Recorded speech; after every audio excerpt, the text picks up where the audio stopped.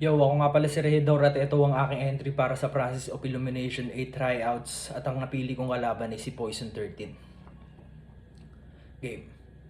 Sa dami-daming mapipili ba't sa'yo ng galaiti yan daliring pinipili ka ng pilit palitan na ibahagi ng maigi iyong tinig sa aming isip na mas maging lirikal.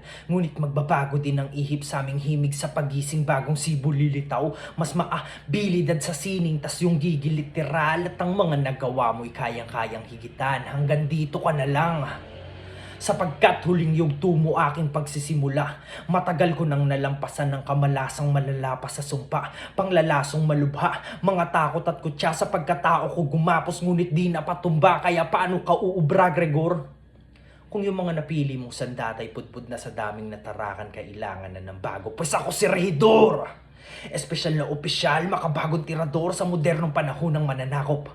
Kaya dapat sumaludo ka sa aking pagsalubong sapagkat kapag sumubok at tumutol pa sa utos, mauubos ang dugo mo. Pagkatutok, putok ulo, hawak tenga, dalawang dulo, sabay tuhod ng maputol, kaso di na mapagulong kasi Marco. Basag-basag na yung bungo mo.